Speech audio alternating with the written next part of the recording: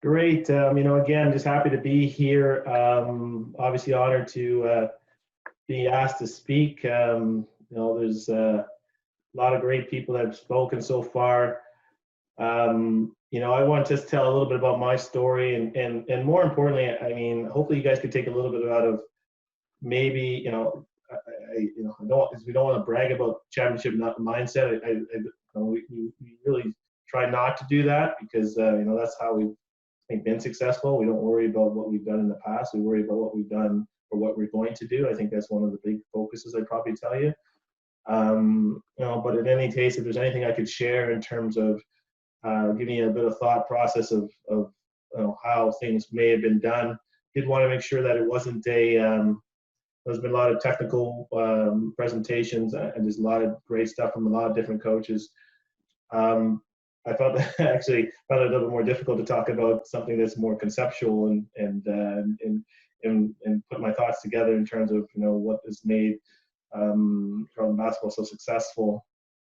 So I thought people would be interested in that. Any questions at the end, please feel free to let me know. Hopefully there'll be some questions at the end. I don't talk too long, and then obviously I'll leave my contact information at the end just to make sure that if I miss anybody or somebody has some questions about anything specific, they can do so. So let me start. Share the screen here. A great presentation here. Presentation skills. See here. Share screen. All right. Screen sharing. Let's keep sharing, and then we'll go into here.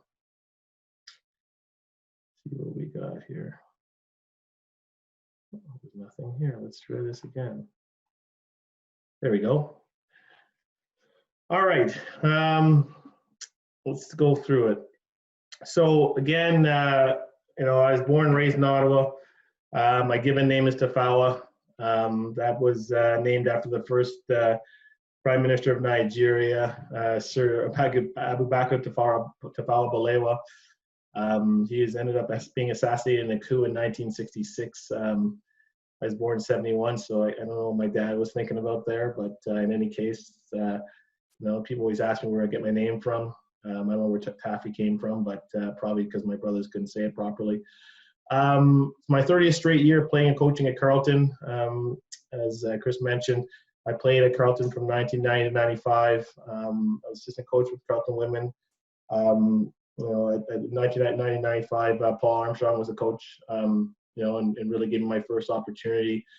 And then, after I stopped playing and thought about playing a little bit of pro, but it was definitely not the same as it is now, just the exposure and the opportunities. We still have VHS tapes, so nobody could see actually play. It's hard to get that information out to coaches in Europe. So, I don't know if I was going to be good enough, but in any case, it was much more difficult. So, I still wanted to be involved in sports and obviously Carleton. So Alex Overwick at the time who played at Carleton gave me an opportunity. My first opportunity as a coach, as assistant coach between 1995 and 1998. And I like to always mention that, some people think that success, it's easy to sit there and say how successful we've been in the back end, but I think it's always super important to remind yourself where you came from. And, I think my record as an assistant coach there were 151, so we didn't win a lot of big games back then. But in fairness, it was a situation where the coach wasn't full time, so it was just one of those things. And then, after 3 years of coaching the women, Paul Armstrong, who again was my head coach back in when I played, he was still coaching. It was his last year, and he'd give me an opportunity to coach the men's team, and as an assistant coach. It was his last year, and I really gave me my first crack at that, coaching a men's team. That was something that was important. And then when he retired that year, Dave Smart took over the program. And when Dave took over the program, Dave and I competed against each other for 3 years. He played at Queens, I played at Carleton. Didn't like each other very much, maybe because we probably had the same mindset. But I think that's probably why it's worked at the end. And I think we always look back on that. I think we're very similar, and ironically, we kind of had similar playing careers, where we had individual success and not a lot of team success. So, give me an opportunity there, which was key. Obviously, when coaches change, it's always coach. Sometimes you never know if you're going to still be a coach, and gave me an opportunity there. And then from there, we built the program, and they had a small part of building it, small part of seeing of where it was going and where it could go. And I think that's super important, this understanding of where it needed to go, and just some of the things I learned from it going that way. And then ironically, we won a national championship in 2002. And I'll be honest with you, when we won the championship in 2002, I thought we'd never do it again. That's how far away we were at the time as a program. It was just something that it was very difficult to get to that point as a program. So it really, again, I think that was a while ago, and obviously there's been a lot of championships since then. But just a little talk about what's kept us to that level, and maybe more of our mindset. And then got an opportunity. I was actually going to be out of coaching. To be honest, you had a daughter. Maya's she's 13 now, so right around the time that I got to be a head coach, I was working in software sales, and I thought, I couldn't do all three things. Couldn't coach, couldn't coach part time, couldn't work, and couldn't have a family. So I was actually going to retire, and then a job came up as a full-time head coach at Carleton Women's Basketball, and again, Jennifer Brennan gave me an opportunity there, and I appreciate her giving me an opportunity for her first head coaching start. I didn't have the traditional path as a coach. I did coach some club in guards with women for a couple of seasons. Did some other little things, but I didn't have a lot of head coaching experience, although I had a lot of assistant coaching experience. And I did believe that I could could do it, but there was obviously a lot of growing pains along the way, especially not being a head coach. And then again, Dave wanted to take a step back and gave me an opportunity to be the head coach at Carleton, and obviously super grateful to get that opportunity. I mean, it did come with a fair bit of pressure, and it does. It's always hard to, at some point it's hard to, sometimes, I guess that's why I want to show you, taking over a program that didn't win a whole bunch, and then taking over a program that won a ton. So those are two different experiences, and I just want to share a little bit about those. Maybe you guys can take a little bit out of that. So that's where I came from. So again, some of the lessons I learned from being a player to coach. I mean, honestly, I had a lot of individual success. It depends on what you mean by the best. I was all-star, and really had very little team success. Felt like I was a winning player, but was I really? And I think at the time I thought I was, but obviously learning really had to think about that, and as being a coach now and teaching young men and women, I thought that was something that really helped me along the way. Just having personal success, but was it really something that I was striving for at the end of it? And also as well, you just get lost. You get when you're in a losing program, a lot of people are just thinking about a lot of selfish things, stats, minutes. They're not thinking about the collective. And I know at the end of my seasons and after I got individual accolades, all was about team success. We just weren't there as a program. So I think that's super important in terms of my journey. And then I mentioned scored a lot of points as a pair, but how many of those were empty points? And we talk about that a lot of times. And ironically, again, just talking with Dave as well, Dave and I were somewhere in the OUA record book for most points in a season, most points per game in the season back in the 90s, where, I guess we got the the peach baskets. I guess that's when we get the balls out and stuff like that. And we all wear the short shorts, where ironically all the kids want to wear short shorts now, and we're laughed at in the 90s. So it's pretty ironic. And we scored a lot of points, and we're on some bad teams, and we didn't really like each other very much. So ironically, that now we're back together and get that opportunity, and some of the synergies that we had there. But really, we were on bad teams. And then, but those were invaluable experience for me to bring into coaching. I think,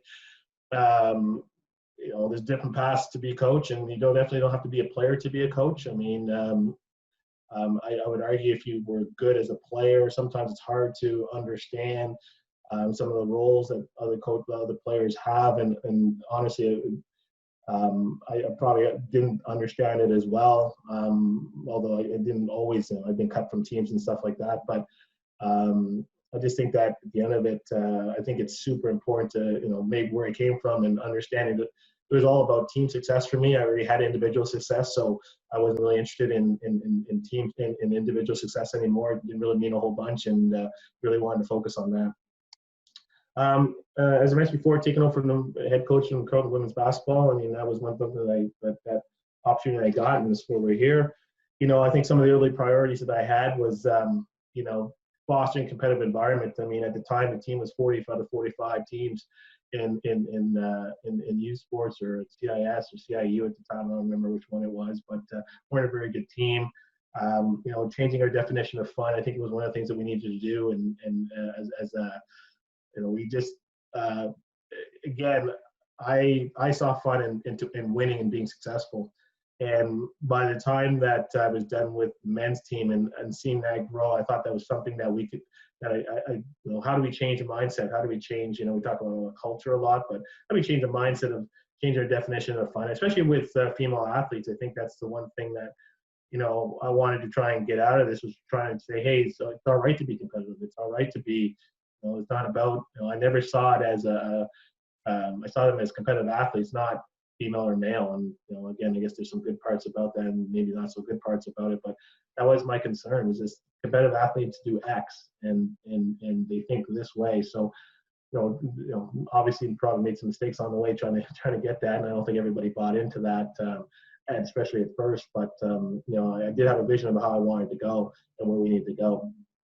And results do matter. I think that's something that, you know, the school invested in certain resources. I told you when Alice Over was a coach at Carleton, they didn't have a full-time coach, right? So, you know, it was hard. Michelle Belanger, Dave Wilson, those guys were coaching against Al, and they were still coaching when I played, and they were full-time back then. So it was very difficult to have success as a part-time coach versus full-time coaches.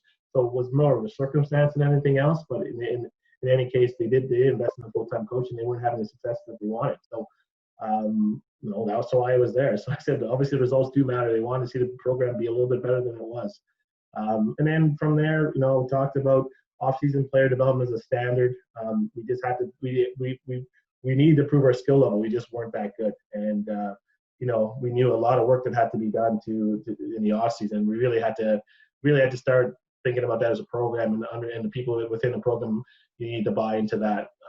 And then as we went along, constant player improvement as a value, you know, you needed to show improvement year over year. I mean, if we were going to spend a whole time training, bunch of time training, we needed to show constant improvement. We just needed to. And how could we get better if we were spending all this time? And I think it's really important to understand you need to improve. If you're not getting better, you're getting worse. And I know that sounds pretty simplistic, but really there's only two states, right? So I think that's one thing that we wanted to pay attention to. And then, you know, obviously within all that, trying to establish an identity for the program. I think that was one of the things that needed to happen. And more with that, I need to find a winning style of play. I mean, we just didn't have good players. So kind of mentioned this before. I don't want to get too technical. I don't want to get too analytical. You know, this is very basic stats. Obviously, I've been in the league forever. So maybe hold true to this day. I mean, really kept it pretty simple. And really for the 12 years that I was coach at the women's team, it literally was, this one never changed over 12 years. Like, it just didn't. Everybody within the program started with this, and I started pretty basic, and these are the three things we needed to do.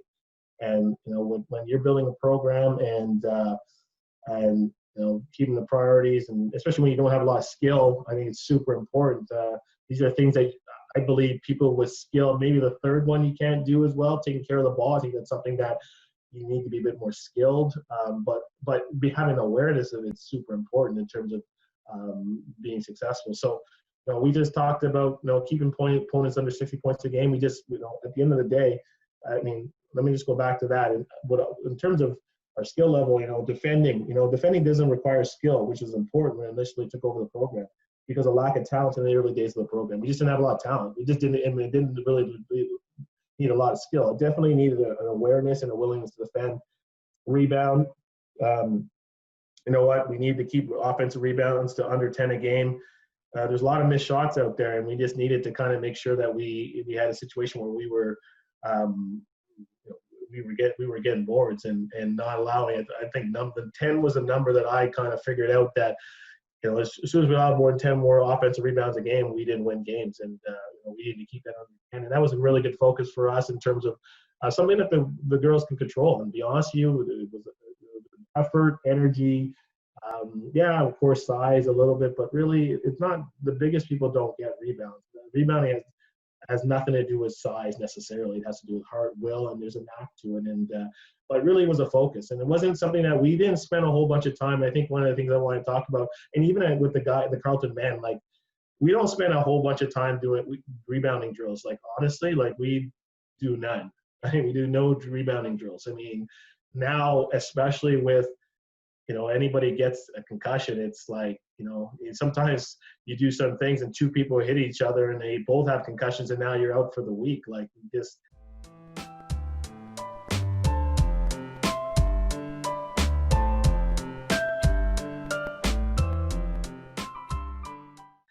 can't do it, right? But rebound is super important. So you talk about things technique-wise, but other than that, it's really about will and just have an understanding that you need to go get the ball, right? And you can't allow your player to get the ball. So again, within the recruiting, you want to get more players that understood that. My recruiting was always focused on, I really felt that anybody who got a rebound, if they could score or not, that was my biggest focus, was rebounding.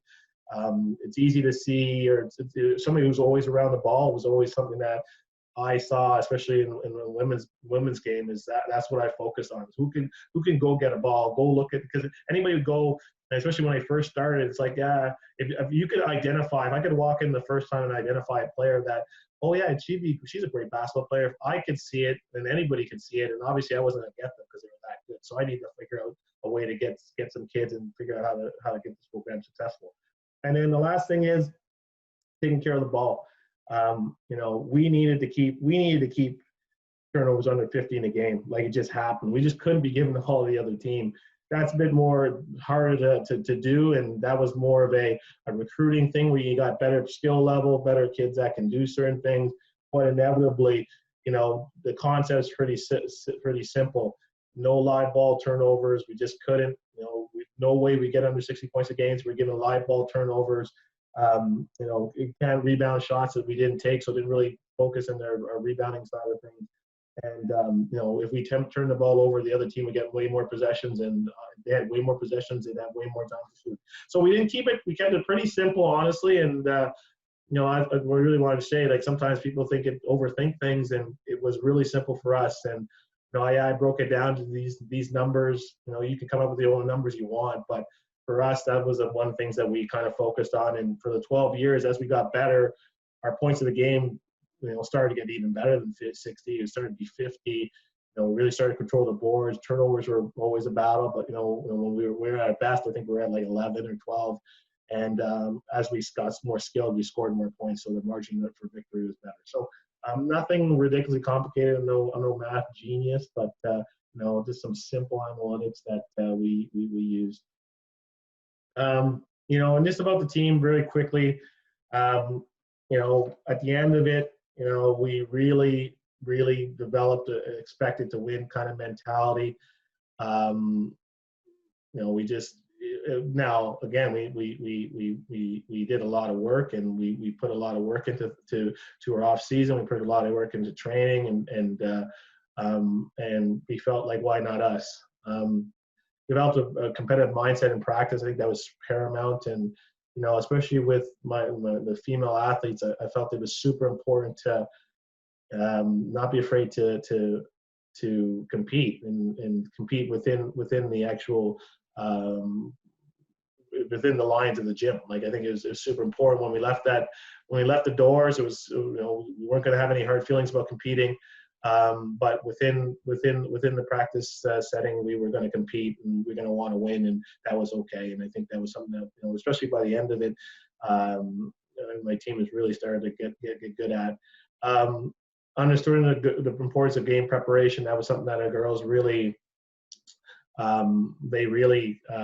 we did a lot of game prep, probably more in the first part. I mean, we always prepared for teams, and we never took teams lightly. And as we evolved as a program, at first we weren't very good, and so people took us lightly. We won some games, and all of a sudden, as we started to get a little bit better, they started to take us more seriously. And then in the fourth quarter, we'd mysteriously lose games. And then, as we got a little bit better, we just kind of kept working at it and kept getting better. And but we never stopped. Well, again, from every team we ever played, in terms of scouting reports, in terms of film work, in terms of even pregame shoots, we never took one off. Like, no matter what time we got in and during the day. It sounds a little bit different now because people are talking about more rest, but we just saw it as something as our culture was. You don't take shoots off. Like, it's just something that we do. If we got in, I always like to give my buddies from Laurentian a little bit of a hard time, because at the days when we would go from York, and then we'd go from York to Laurentian through Owen Sound, and it was really a nasty kind of trip. And we Friday, Saturday, and we'd get in at like 3 a.m. if it didn't snow, and then we'd play at like 6 o'clock that night. We would shoot, and they would try and be nice to us and give us not a great as best shoot time as they could, but we would shoot, and that's just the way it was, and we didn't really make a lot of excuses about it. And I was really proud of the women. They really did a great job of understanding that, and by the time at the end of it, it was just something that I didn't have to talk about. Putting team success over individual accolades, I think that's super important. I really stressed that. I kind of talked about my own experience about that. Saw it firsthand when I coached at Carleton Men. Was a lot less points per game for people. Had to share the ball a lot more. People had roles, and again, being happy about team success, not worrying about individual success. If you had team success, individual success would come. And but again, you're not going to see a Carleton team with guys who have piles of points per game, and I think that's really the guys you see that. We just don't have a lot of guys who are scoring 20-plus points a game. It just doesn't happen within what we do. And with the girls, at the end of the day, I think we had 4 girls who scored 10 points or more. So that's just the way it was. And people bought into that. And then wanting to win for each other. I think that's the biggest thing that I would say about my whole experience, that I had to really understand. At the end of it, it wasn't about the coach, it was about the players. When I first started a program, it definitely was about me wanting to win more than the players.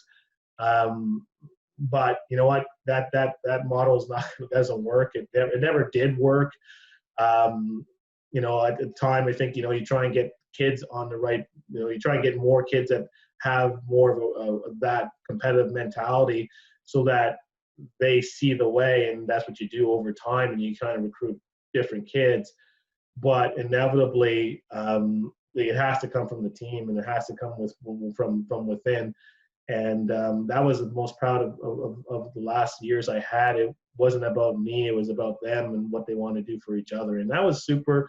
And again, I'm just proud of that. When they wanted to win for each other, it wasn't about me. So but I do admit that as a coach, you want to win, but I know all of us coaches out there, you can't want to win more than the players. It just can't happen. It just can't, and you got to figure out ways for them to make it about them and make it about the team, their team. I know sometimes we forget about that, and sometimes we got to force it sometimes to get to the place that you want it to go, and you got to be creative about that in these days as well. So, but again, as we move closer to the end, that's what we wanted to do, and I was proud of that. I was most proud of about the team there. So, some of the takeaways, and again, I don't know who's on the call. There's a bunch of people, but about building a program, like literally it takes 5 to 7 years to build a program. I say this to people all the time. It's not even, myself, I didn't have to build a program, I inherited, and they got to keep it going. And it's a little different experience with the men's team, but especially with the women, it took 5 to 7 years. Just at first they're not your kids, and then you got to try and figure out who wants to be around, and then you got to first couple of recruiting classes you kind of mess up a little bit because you're just trying to take the best player available, and then at some point you think that, oh, this is going to work, and that's not going to work, and then but it really does take a whole recruiting cycle to kind of figure it out. And for any athletic directors out there, it really does take 5 to 7 years to build a program, and that's wherever you go and whoever you are. Like it does, right? So definitely some tough decisions made along the way that were made.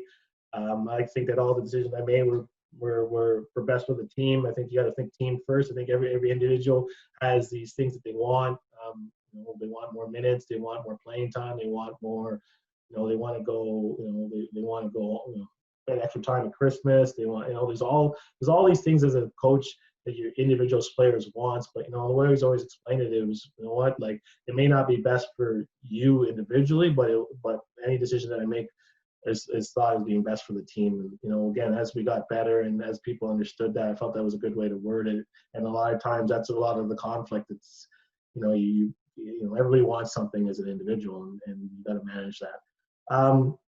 Sometimes you can't have too much perspective. You want to be great. I think, I don't want to. Everybody's watched the Michael Jordan stuff, and especially back in the '90s.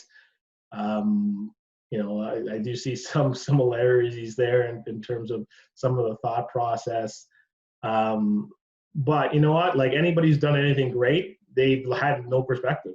Like, think about everything. You can convince yourself of many things of why you shouldn't do things a certain way. And but to be honest with you, the people that have done great things, they don't have perspective about certain things. And just think about anybody who's doing things great. And I'll bring up Apple Steve Jobs. Like, like what were you doing? What were you thinking? Like, why are you building this out of your garage? Like, this is crazy, right? And he failed, and he did a lot of failures, but he got it. He didn't have a lot of perspective. He saw a certain way, and he wanted to get it done. And I'll talk about it at the end, is that he can't be ridiculous. So certain stubbornness as a coach, but at the end of the day,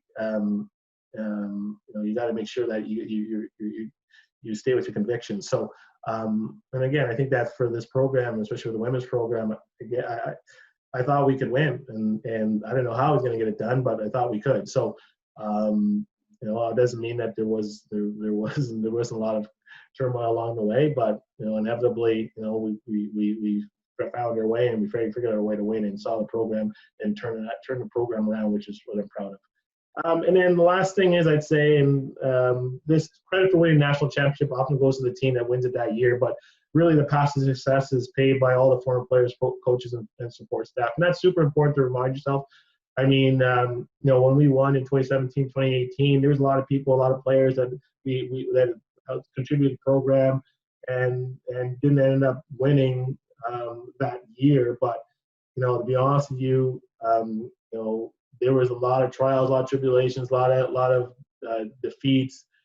A lot of kids put a lot of time and effort into try and help the program as best they possibly could. And I appreciate all of them. I appreciate all of my former coaches and support staff that helped us along the way. And I think we can never forget that. And then, to be honest with you, that's how I'm benefiting with the guys team as well. I mean, it's not just me. I'm the coach and I was there and I won, but there was a lot of stuff. There's a lot of heavy lifting done before that helped me, along the way, right? And I think that's one thing that I take out of and remind myself all the time. Or before I start patting myself on the back about how great a coach I am, you might remind yourself of where it came from and the people along the way that have helped you. So that's super important to me, and I try and keep that in mind throughout my coaching. Again, taking over for the men's team. Again, I want to talk about that as well. Different path, maybe talk a little bit more about their mindset. Maybe that, some people are interested as well. There's lots of things there. There's a lot of things, but what I could take away from it and maybe help you with this. Obviously the challenge, inheriting a team that just came out of winning a national championship in 2018, 2019. That was interesting, and obviously I think there was 13 national championships before me. But obviously I'd been there for the first 5, but just having that, the expectation of winning, that's something that we just, it's hard to, we just expect to win. I don't it's hard to explain, but that's just the way it is. I knew that going in, and taking that challenge was something that I wanted to do. Taking over from the winningest coach in U Sports history, I mean, that explains anything you need to know. I mean, guy Dave's won 90% of his games. I don't know what the number is exactly, but it's a crazy number. It's almost unreal if you actually think about it. And even more unreal about, hey, well, I'll take over from that. Like that's insane. But Dave's still around. I mean, see him on the sidelines cheering and stuff like that. But, I'd probably sit there and say he's kind of the president of the club and I'm a general manager and coach. And it's, again, we've worked together for a while and it's worked well. And again, I think for me personally, building a program from nothing to winning a national championship, I think if I hadn't done that, I don't know if I could do this job. I don't know if I would have turned it down, but, I definitely know that, being able to do that and doing something on my own allowed me to not worry about, ego and whose program is it. And, it's super important, and we've always been about not worried about the glory of winning. It's just about winning. Like, I think that's the biggest thing that we think about. We don't look at like who deserves more credit or less credit. It's about winning. And I think that's, if you're aligned with that, and as a group and as an organization, and again, I know pro organizations are always trying to do this, and I know it's very simplistic, but really, if you're all aligned in terms of one goal and not worried about people getting credit, but again, everybody kind of wants some credit, and that's where people get themselves in trouble. Again, luckily not to be part of an issue with that. And again, just because of trust over years and just understanding we're both on the same page with that. Maintaining the standard of excellence that have already been established. Quickly building relationships with players and coaches and support staff. And then obviously myself trying to put my own personal mark on the team. I mean, a lot of stuff that we've done in the past. I mean, especially with a championship team, didn't want to change things too much, but inevitably, as the season moved on, had some thoughts about how I want to do certain things. But again, I'm about winning, so it didn't really matter about whose offense it was or what was going on, or like it didn't really matter.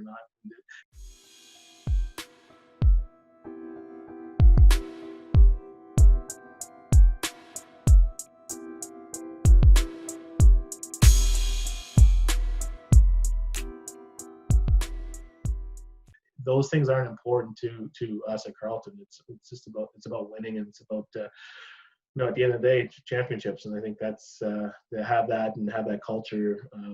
Was built over time, and obviously something that we want to continue. Now here is something that maybe people are interested in, and really the first one I really want to talk about. In true championship environments, you're allowed to be honest and direct. And I think, that's a big one. I think, we don't, being sensitive and not, sometimes it's a heated moment. You're going to say something that you didn't come out the way that you'd like it to say. And, being honest with people, and again, being honest with people, especially when you don't want to hear it, those are tough things. And honestly, anything that's been successful though, you look and you can look underneath the hood, and there's very direct conversations going on, and always not the way that you want it to be told to you either. And that goes with players and coaches. To be honest with you, it goes with players and coaches. And I think that's something that we kind of, again, 2020, you can't lose sight of the fact that, things are a little different in terms of way people are, but inevitably, that's something that we try and stay true to as much as we possibly can. It's, we're going to be honest and direct, and if we don't feel like you do, and if players don't feel like the players are holding up their own end of the bargain or going the wrong way, that they're going to tell them. Right. And, I think that's super important. But yeah, if you want to be championship environment, you need to foster that environment, like in some ways, or have people that understand that environment. And that's obviously difficult. It's a difficult thing, especially if you're trying to build it from scratch. Player development is a must. I know that sounds, half of these talks have been about player development, so I'm not going to sit there and tell you that everybody knows how important it is. But, one thing I would say is that everyone wants players who are coachable, but isn't that really people who are self-aware? And I think self-awareness is super important in terms of being able to develop as a player. And then that goes to my next point. Need players who are going to be able to deal in the negative.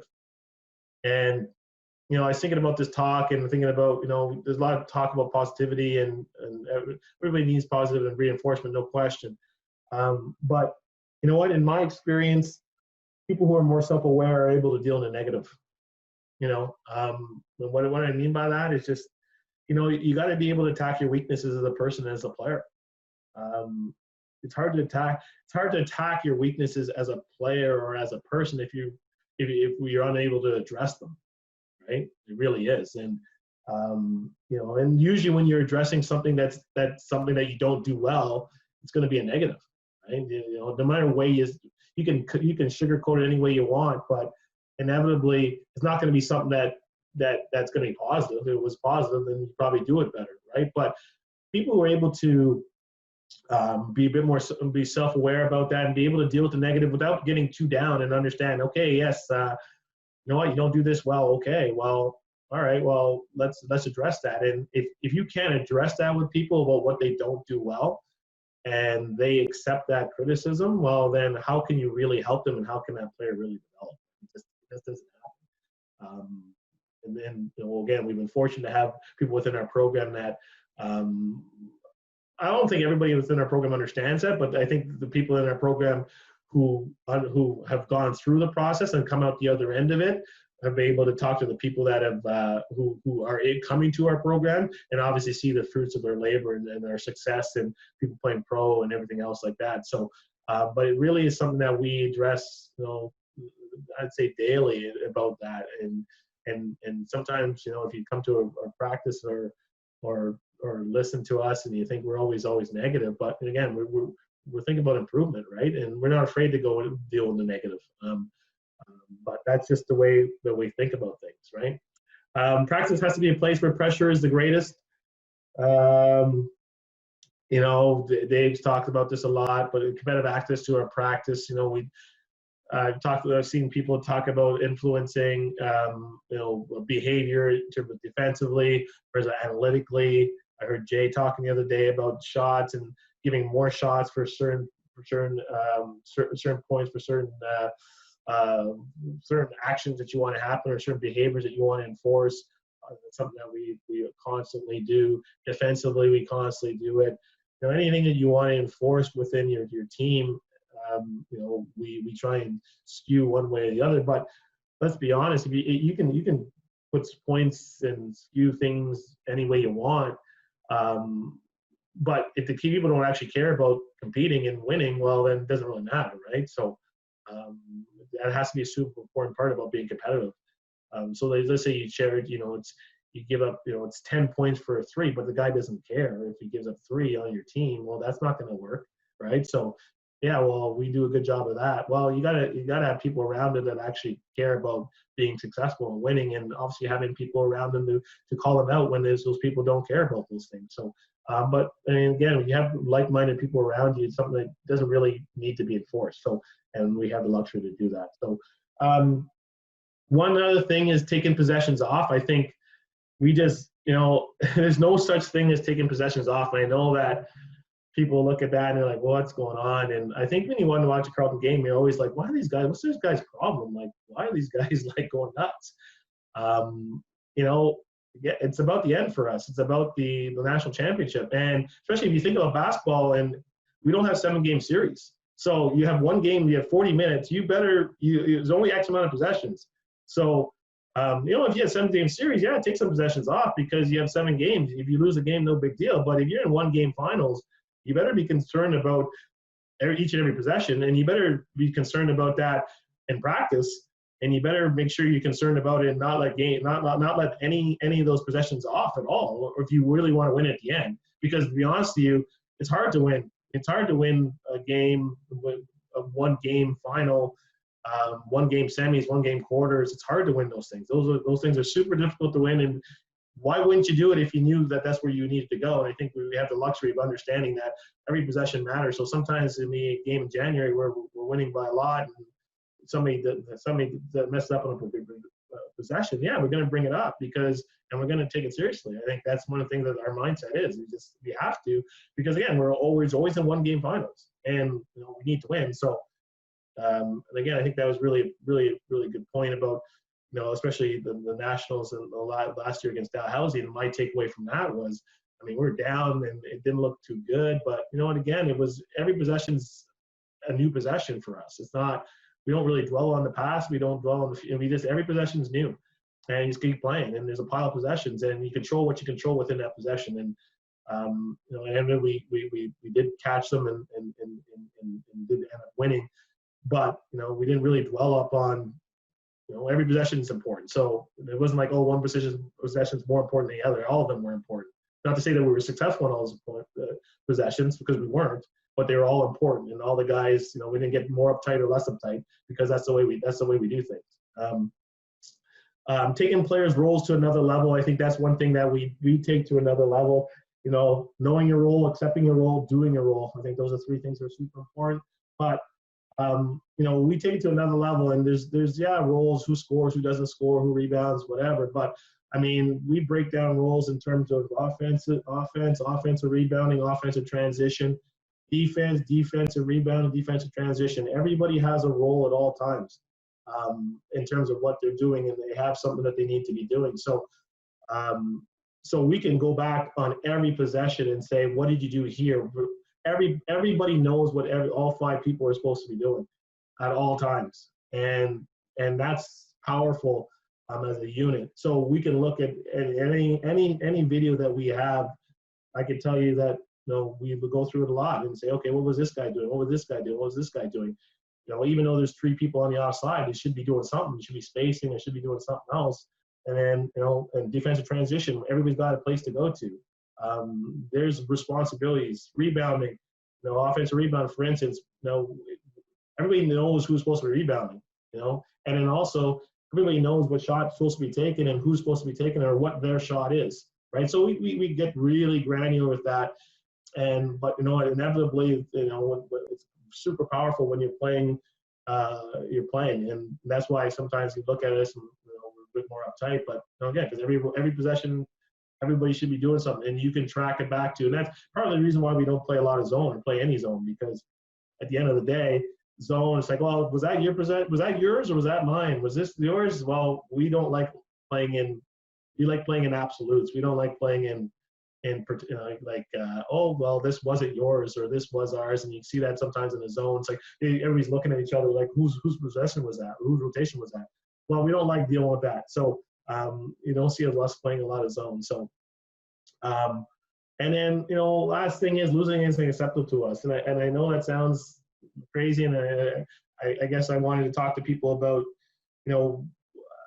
just some thought process. I mean, I know that sounds some people. I do like when we do say that, and people, and some people will sit there and say, man, I don't know, that seems really harsh. And well, that's good, because that's probably not where we're at. This is just not accepted to us. We don't take it badly, or it just isn't. And people who look at it and say, well, that doesn't sound like a lot of fun. Well, I mean, that is that's who they are, and that's how they want to live. That's fine. But for us, I mean, honestly, and I would say we hate losing more than we like winning. I think that's the biggest thing. We just hate losing. I know for me, for self, it was more relief.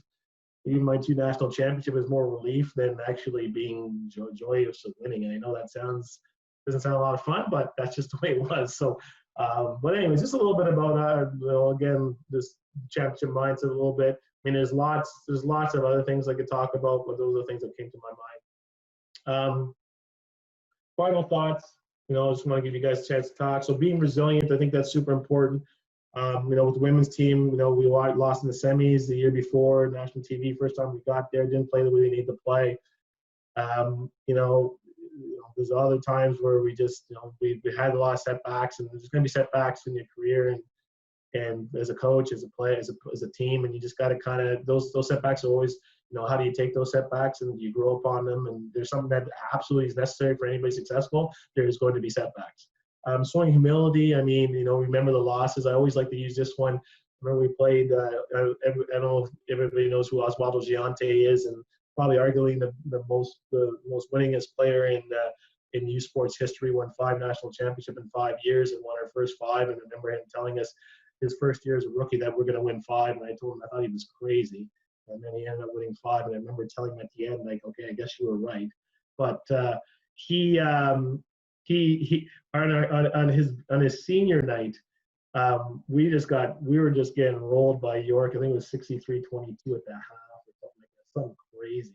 And that's true story. It was like 40 points in our own gym at the half, and we were pretty good that year. And I'll never forget that. That was one of those things when you think you're patting yourself on the back all the time, and there's always a good time to go back and think about sometimes some of these losses you take. It's like, man, before you start thinking how good you are, we do that a lot at Carleton. We think about, and we're okay, and that's probably dealing with the negative, right? It's like, well, I don't want to think about that, but we're like, yeah, why wouldn't you want to think about that? It's something that should motivate you. Be strong in convictions. I mentioned that before. You absolutely have to be strong in your convictions. I mean, stubborn. Coaches are usually stubborn, but people will tell you what they don't want you to do. Especially me, like this year, everybody's got an opinion, right? And especially because I was coming from some place, this is how you should play, this is who should play. We don't do it this way. You got to be strong in your own convictions and believe in what you believe in. It doesn't mean you don't listen to people, but again, you do need to make a decision, and as a leader, you need to make a decision and be decisive with it, and accept the consequences if it doesn't work out. And then review your non-negotiables periodically. I mean, if you've been coaching for a while, you realize that there's no black and white. There's a lot of gray. And I know for me, especially when I first started, I thought I had all the answers, and I didn't have a lot of the answers. And things that I would have done 12 years ago is something that I wouldn't even it just wouldn't happen. In terms of, I had a lot of growth there, and as a coach, you just got to make sure you keep an open mind. Things change, and again, we all evolve and change over time. And I'm a coach who hasn't evolved and changed over time. You need to evolve, you need to change. Things are different. Non-negotiables periodically, and I think that's the one thing you got to review them, because they will change for whatever reason. But there's still got to be somewhere you just don't. I'm not. That's not something that it will never change with me, you just got to make sure that that's where you really want to go, and you could be okay with if you lose or if you get fired or whatever. That's something that you're going to be willing to accept. But you do have to review them periodically, and I think that's something that people should do. And if you want to be a coach for a long time, that's about it. I did want to leave some time for questions. I know that sometimes there's some questions, and fire away. I'm ready to roll. Yeah, we got a bunch coming in here, Coach. So we'll get started here. First one came early in your women's presentation, women's piece, I guess. If your team does allow 10 plus offensive rebounds in a game, and this is becoming a pattern, would you implement rebounding drills, or how would you address it with your team? Would you train your guys' mindset, or go to drill-based answers? To be honest with you, we did a lot of film work with that. I mean, just in terms of, hey, why aren't you rebounding? Like, are you leading up the floor early, or are you what's your mindset? Are you, when the shot goes up, what's your first thought? Are you looking to see if you're supposed to be rebounding? Or are you looking to see, are you actively going to trying to find the ball? I think we did a lot of it with there. I mean, again, as I mentioned before, any rebounding work I did at women's basketball was more technique wise. And sometimes if I were to do anything, it would be like, just basically bounce the ball up in the air and go get it. And sometimes we take it for granted that people understand and catch the ball at its highest peak. And we do that. Sometimes we do stuff like tap it to yourself, right? Like Dennis Rodman, tap to yourself 2, 3, 4 times before you get in a rebound. I'm not a big tap it out kind of person. But I know sometimes people believe in tapping it out, keeping it alive somehow, some way. Is more of I think if you get a hand on it, you should have it. But it was more of a film work thing that we would do. And if we did anything technically, it would be more 1-on-0, if anything like that. Okay, great. What are some of the things you did to improve the competitiveness of your players when you first became the head coach of the women's team? Well, I mean, we just talked about winning. Every drill had every drill was a winner or loser. Like, I think that's bottom line, like any competitive 5-on-5, 2-on-2, 3-on-3 drill, we had to understand that there was going to be a winner and going to be a loser, and really foster the competitive nature there. And I think that was super important. And then you see, like, there's a girl that I invited me to her wedding to this day, and she was, I didn't know how competitive she was. Now she's a lawyer now, but I had no idea at first. I mean, she just, she loved the competitiveness of it, right? And I think, that was a really good lesson to me. It was one of those things that she really loved it, and she loved that fact. And we just had to change the mentality of that. But, pretty much any game we played, there was a winner and there was a loser. And I know it's a little bit easier now, but I just think that you should be okay to understand that. And especially with women's basketball, I think in gender, and I have 2 daughters, I mean, it's okay to win or lose. It's okay. Like, it's okay to be competitive. And I think that was one thing that I really had to get to really instill, because to be honest with you, with a lot of women, like, anybody who plays sports, they're much more competitive than their peers. It's night and day, but you need to have a certain amount of competitiveness to be a championship team. So we had to get that level up higher. What are some strategies you use to increase the buy-in? Now, this could be with the women's team or even coming over to the men's team. Anything that you could share that you thought worked well? Strategies to improve buy-in. I mean, to be honest with you, if you don't do certain things, you're not going to play. I don't understand. I think the strategy is very simple. If you did certain things, you played, and if you didn't do certain things, you didn't play. I mean, that's about all the buy-in you need, right? Like, and really, you got to pay attention to that, because sometimes, I like to say we didn't give a lot of free minutes. But I would also say is, if you were able to do it in practice, then you were absolutely able to do it in the game. So, practice was super important. So you couldn't just go through practice and just go through the motions. If you're not doing well in practice and you're not competing in practice, how are you going to be able to compete in the game? So they have to change that mentality around. But really, honestly, it was just about, hey, I guess I'm going to find somebody who's going to do these things. And if you had a team that you could find 5 people who were going to do it on a consistent basis, then that was all the motivation you needed. Okay, Coach, you talked earlier about the 5 to 7 year turnaround on the women's program. I'd say that's pretty accurate with most programs. Did you find that there was a watershed moment or a time where you're like, you know what, we're starting to get in the right direction in that period? Was there like a moment that you could point to? I don't quite remember exactly. I mean, I guess my age is getting a little young, but I would say that, I would say